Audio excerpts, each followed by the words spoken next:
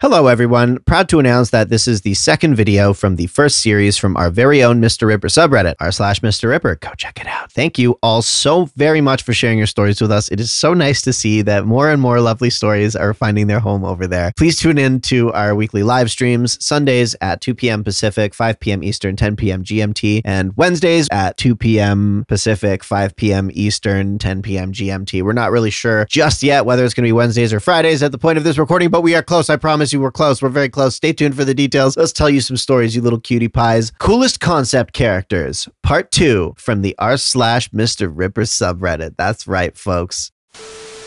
Oh boy, do I have concepts for you. Based off of Tasha's hideous laughter, a halfling bard girl who plays the violin. But here's the kicker. She's a lawful evil character working for Tasha that would be homebrewed into some sort of devil. She would be all around creepy, but I'd roleplay to the best of my ability for it to come across more as social ineptitude so the party wouldn't figure out my alignment while I subtly sabotage them. It might sound like a dick move, but the guys I play with would probably find it refreshing since we play a lot. A space moto boy doomer who gets mixed up with the party and is finally doing something worthwhile with his life for once. Literally just a knight. I've never played with mounts and lances and have been wanting to try it out. 3 goblins who broke a magic item and are now sharing their consciousness and can't move away from each other without serious consequences. More of a flavorful way of playing a multi-class with 3 different classes than a cheeky way of getting to play 3 player characters.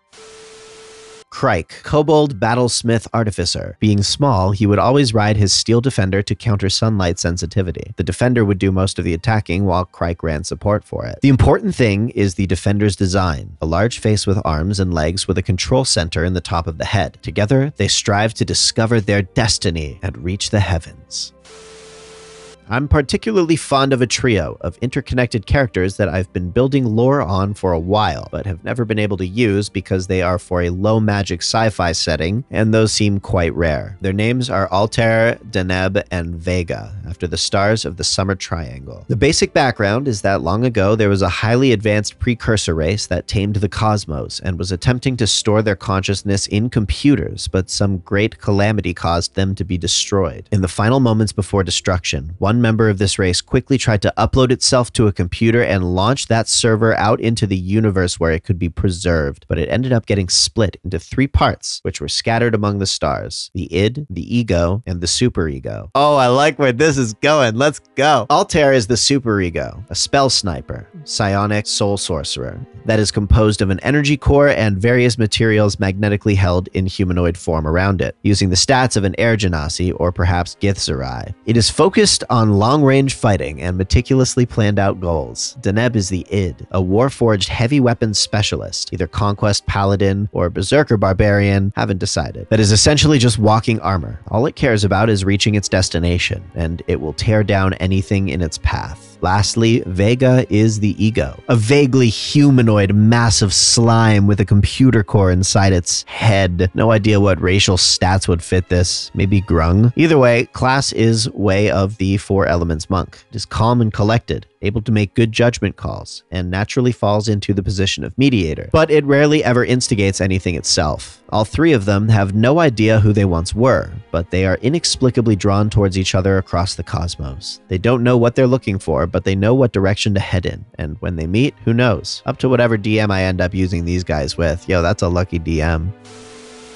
Hi, DM/player here. I recently made a wizard of the School of Necromancy who doesn't want to get eternal life, make an army of the undead, or try to raise someone from the dead. Simple character, living a simple life, you know? Father owns a funeral house that also runs a cemetery plot. Father retires and bestows onto the child. He quickly figures out his dad left one crucial detail out. The cemetery is cursed to bring back the dead, sort of like a ghost king, you know, unfinished business and all. Generally, the son, who I just realized I haven't named yet, let's go with Time. Time watches over the undead and studies them. He sees value in them trying to get a second chance at life. Then a lizard folk recently killed someone in the village. So the corpse got up and was like, yep, gotta kick some lizard folk butt. Time defends the lizard folk, kidnapped by the lizard folk, enslaved, then later on the corpse comes back still trying to get revenge. Time lets it happen this time. With the skills Time learned from his enslaver, he gets the cunning artisan feature. I also gave him the tavern brawler feat, so he will kill to survive, take their bones and tendons, and make them into improvised weapons. once. The final thing he will do is give people a second chance at life. The way he does this is he takes a recently dead person, cuts off a cubic inch of their skin, and uses it for the clone spell. Then he carves off all the skin to get the skeleton. Animate dead to make it until a skeleton. In 5th edition, skeletons get back their souls and mimic their previous life. Wait for clone, and voila, restore a person back to life. Wizard that gains profit by cloning and transferring souls to give families and peoples second chances.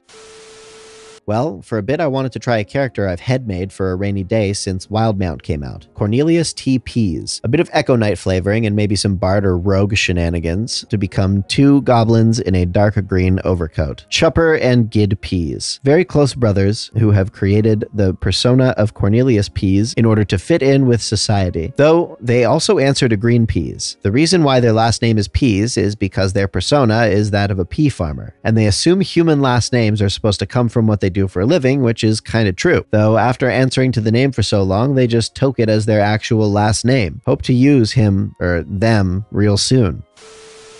Obligatory not me, but a friend. He played a goblin named Peepums, who was a chaotic evil life cleric whose deity was the goddess of love and compassion. His backstory involved getting arrested and sentenced to either die or become a life cleric of the goddess that the town worshipped. Peepums chose the latter, and was told if he was ever caught committing another crime or basically acting anything other than lawful good, he would be put to death. The little bastard always complained about having to serve his goddess, and he hated doing it, but it was better than dying. He also still stole, like everything that wasn't nailed down, and continued being a chaotic evil bastard. He just never got caught. That guy pumps out good characters like it's nothing. Personally, I've been dreaming about making a human paladin that was created in a lab by a wizard and that also has fabricated memories. Racist through and through, he dislikes everything and everyone non-human. Throughout the campaign, there'd be subtle hints about his true nature, like the memories of his past being vague, his family home not existing, and the people from his hometown not recognizing him. When the big reveal drops, he'd have this huge identity crisis. How could he continue hating other races if he himself isn't human? I wouldn't know what comes next. Maybe he abandons his paladin life and levels into a new class. Just started a new campaign with some junior players, so I can't be too creative, but so far I have a Dragonborn Paladin that's absolutely wrecking shop with his meteor hammers. Imagine Thor's hammer, but 2 of them joined by a chain at the handles, and a Turtle Bard who uses a tongue drum attached to his arm. Another I have in the works, but may not get to play as, is a Rock Gnome Golemancer who may or may not be deceiving the party about her actual abilities. She can and does make golems, but at the full cost and time devoted to creating it. Most of the time, she would be using warlock spells and cantrips to create the illusion that she is creating them spontaneously. She isn't really much of a combat class, more focused on crafting, and such she gave up 4 spells known to be able to craft the wondrous items, Manual of Golem Creation. She still has to make and pay for the golems, as well as use a golem manual, and spend all necessary time to infuse the golem with life.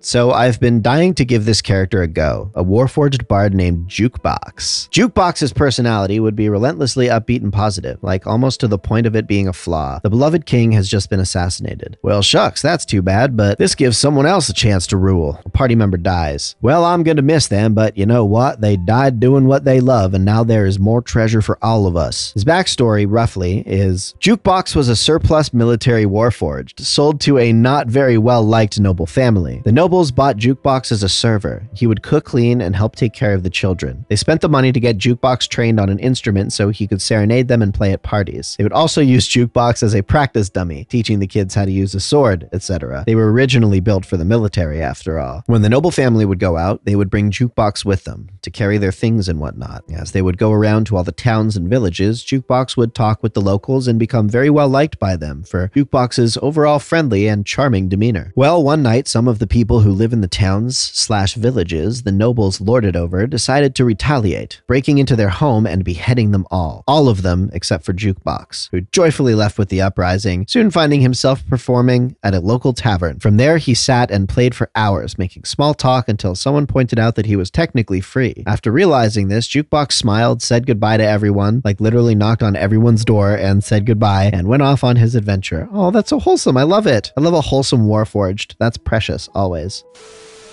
Some are my own, others are ones I've seen / have in my campaign. Artificer, who has magical steampunk wings. Snitch Lich. He's a Tempest Cleric evocation wizard lich who can't tell a lie or keep a secret due to that he drowned in truth serum, his blood being a lesser truth serum. Scarecrow Rogue. Gith Warlock named Goth. Mostly mute Oathbreaker Paladin Goliath, who is forming his own coven. This guy also made his own armor that has a blink dog's heart, skin and wings from a shadow demon, the skull of a giant chicken, and teeth / claws of an oni. He calls it the Armor of the Fallen. He also has a flame skull. I've seen 2 versions of a character, the second being based on the first one. 1-foot-tall dragonborn sorcerer who is a literal crackhead. 2, a kobold monk who is a pothead. Wendigo druid. Kenku bard named Stevie Ra Ven. Very nice. I like it. A Quasit Bard, originally an NPC, but soon to be a PC next time I play. Warforged Cleric / Barbarian, who is an NPC barbarian who the party accidentally killed due to a couple being possessed. I also have some NPC enemies. My own version of Giths called Gith Lazori, who aren't under control but are instead working for my own type of special mind flayers who are connected, not by a hive mind, but by Asmodeus. A gladiator called Dragony, who basically has 6 attacks. 2 are weapons, 4 are little dragon heads that spew out a poisonous gas. His name is Dragony. A gladiator called Dragony? Okay, that's great. An NPC who gave you missions who then becomes a godlike being due to a magic item he himself finds. A robotic suit of armor controlled by Flame Skull, making the Flame Skull get to use its normal attacks and also a great sword. The Flame Skull can detach / reattach whenever it pleases.